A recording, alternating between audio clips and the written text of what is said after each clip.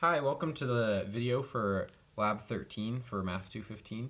And I want to start off with a couple announcements. First of all, a lot of people have been asking me about grades, and they're not in Learning Suite yet, but they are on the class website.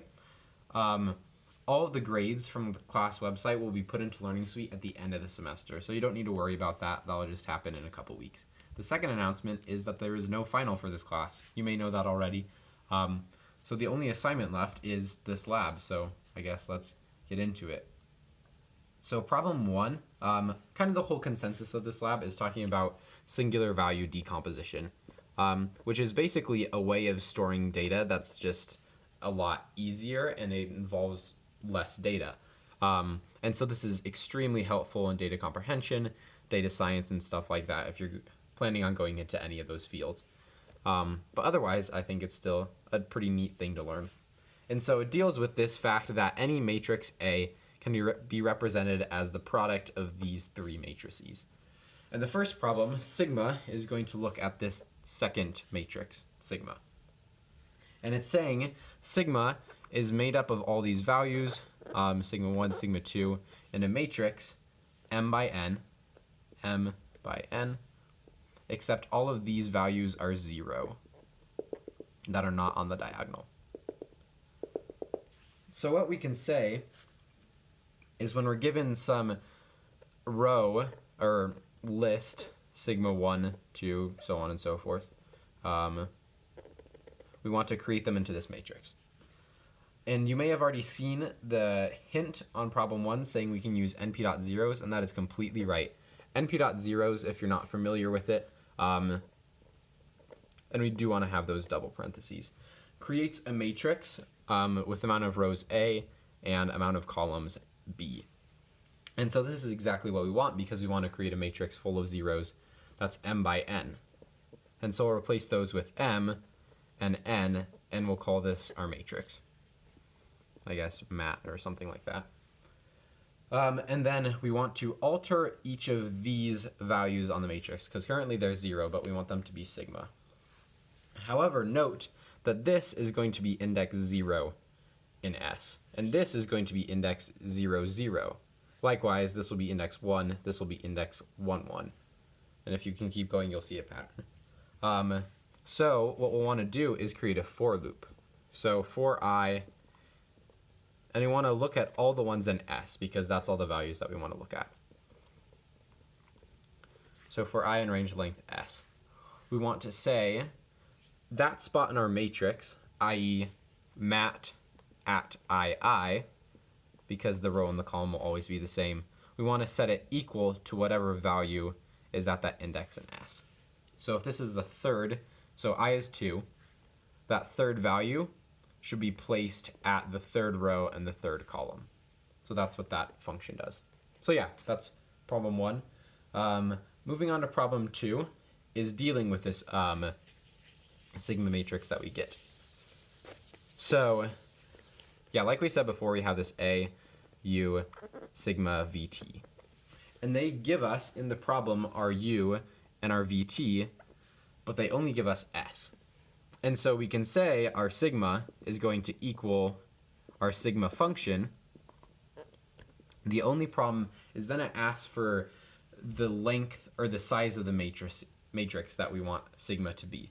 But if you remember, whenever you do matrix multiplication, we know that U is going to be a matrix, let's say K by M, and V is going to be a matrix N by P. These will be square matrices, but we'll do something later on the lab where we make them non-square matrices, so that's why I'm using different values here. So if you remember, whenever we do matrix multiplication, whatever value sigma is, its amount of rows has to be equal to the amount of columns that U has. So in this case, it has to be M, and likewise, this has to be N, so those match. And so when we look at M in this instance, M is also going to be the amount of columns in U. And so when we plug in our M, we can say length of U at 0. That's the amount of columns. Likewise, if we want to look at N, that's just going to be the amount of rows in V transpose. So we can just do length of VT. And then it asks for S, and we're given S. And so that's how you'll get those M and N, the length of your matrix that you want to create. And then once you have sigma, you'll just matrix multiply U times sigma, and then matrix multiply that whole thing times V transpose, and that should get you your A. Now moving on to problem 3. Again, this is where we break away from those square matrices as U and VT and do something different with them. And so the point of this problem is whenever you do singular value decomposition, you get a lot of data that's very unimportant to the whole original scope. And so you can get rid of this data and save space. And so this problem explores the best way to do that. And so if we look at that line right above the problem, we see this A, K equals our U, our modified U matrix, our modified sigma matrix, and our modified V transpose matrix. I'll label these as K. And so first, let's take a look at our U, because we want to change that. We want to change all of them, but let's change U first. So we want to say U equals, however, U used to be this array of all of its vectors, U1, U2, U3, all the way up to UN. So all these columns of U.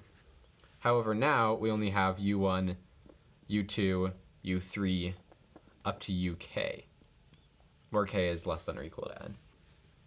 So we're not getting rid of any rows in U. Like if it has 5 rows, then it'll still have 5 rows afterwards. However, we are going to get rid of the columns, or some of the columns. And so the way that we can write this is that colon means every row. So we're going to look at U, my bad, and we're going to look at all of the columns in U. All of the rows in U. However, we only want to look at the columns up to K. And so that notation means is everything up to K. And so no matter how big it is, this is going to look at all the rows which we want, but only all the columns up to K. Now, if we look at our sigma, they actually give us S. When you do the singular value, you're given A, and when you get A, you'll do np.linaug. Let me make sure I syntax this right. If you do np.linaug.singular value decomposition of A, you'll get your U, S, and VT. And so notice how your S is not going to be your sigma matrix. Your S is your original just value, singular values. And so we only want the first K amount of those. So sigma 1, sigma 2, all the way up to sigma K. And so we can just label this as S is going to be S, all the values up to K. And then lastly, for our VT, VT is structured, let me make sure I write this down correctly, as V1 transpose, V2 transpose, VK transpose. And this is formatted a little oddly, and I apologize, that's just kind of the hard thing with transpose. But the point is, for your VT, we want to look at all of the same columns, because these will be the same. We're not changing anything about them, but we're changing the amount of rows because we're not including these extra VN rows that we would have. And so we only want to look at all of the rows. All of the rows up to K. Notice how this is actually the same as this, if you're wondering why I'm not notating it like that. That's because that is the same, it's equivalent to saying that thing. Because it already assumes that you're using all of the columns here. And so yes, this is what you'll use for your updated US and VT. And then to get your updated A matrix, you can just run those with a matrix. You can actually just put those into your reconstructed array function, and that will give you your new A. So reconstructed array function, your new U, S, and VT. And then just return that value. Let me make sure that I didn't miss anything there. Yep, that looks great. So now moving on to problem 4, and that first half was the harder half of the lab. Moving on from problem 4, it's pretty easy. So problem 4, now we're going to run with our example, that picture of Cosmo. And so it's asking us to determine the size of the matrix representation gray array of the grayscale image. What this just means is we have this matrix gray array, and I think it's gray with an A rather than an E.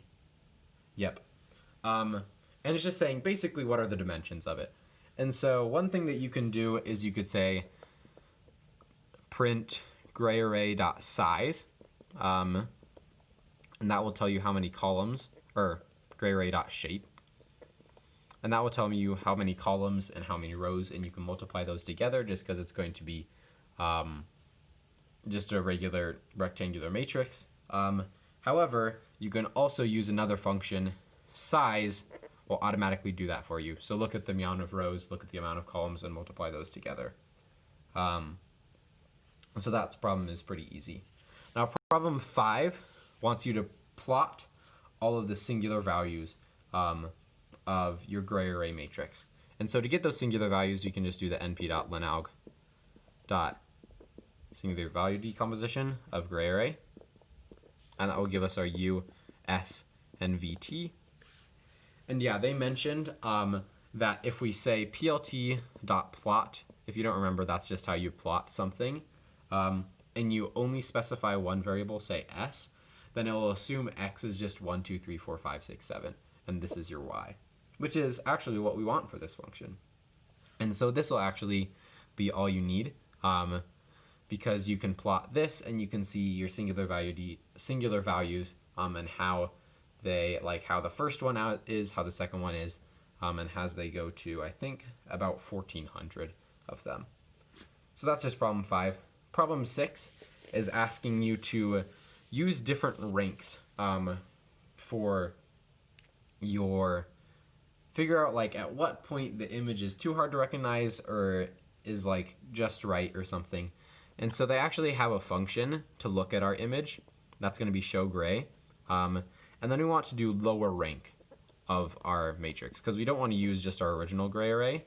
We want to find a lower rank approximation. So we'll do show gray, lower rank. We'll use our gray array. And then this next value is what you can put at whatever. So I think the original is, yeah, around 1,400. And so you could specify 1. It would look like a really, really bad image, probably just one solid color. Or you could specify like 1,000. That would be a really, really crisp image. But what they're just asking for the problem is at what value do you start to lose just like a little bit of detail that you can sense. And so it will be surprisingly low, in my opinion. And that's kind of the nice thing. But yeah, it's just at what point do you start to see that the image is being compromised? That's all that they're asking for in problem 6. Then lastly, problem 7.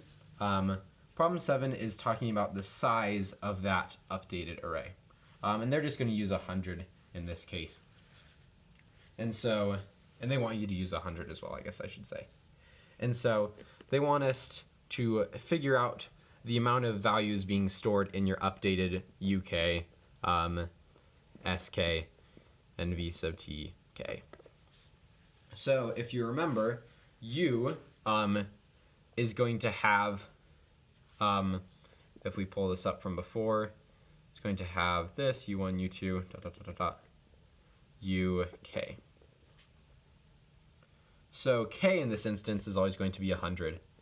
So we can say that the size of U is going to be 100, because that's how many columns we're going to have, times the amount of rows, or sorry, the amount of rows that we have in U1. And so we can do that by just saying the length of U. Again, this is going to be the amount of rows in U, and this is going to be the amount of columns. And because we've shortened it, done that approximation with K, that will always be 100. And next with S, we're actually just going to use the first 100 values of S. So we can say that pretty easy. And then for VT, it's going to be 100 and then times the amount of columns that we have in VT. And so that's going to be the length of V sub t at 0. I guess I should probably use that instead. And so that's the amount of values that are going to be stored in these updated matrices. And then to figure out how much those are all together, you can just add them by saying like total equals u plus s plus vt. Actually, you probably shouldn't call these u, s, and vt. Call them something like size u, size s, size vt, and then add those sizes all together. And that will get you your total, or your rank 100 size. Then to figure out your relative size, you can just divide rank 100 size by your original size. And so that's it for Lab 13. I hope you guys enjoyed the semester. It's been a real pleasure making these videos for you, and I really hope you enjoyed them and hopefully learned something from this class. And so, yeah, have a good night.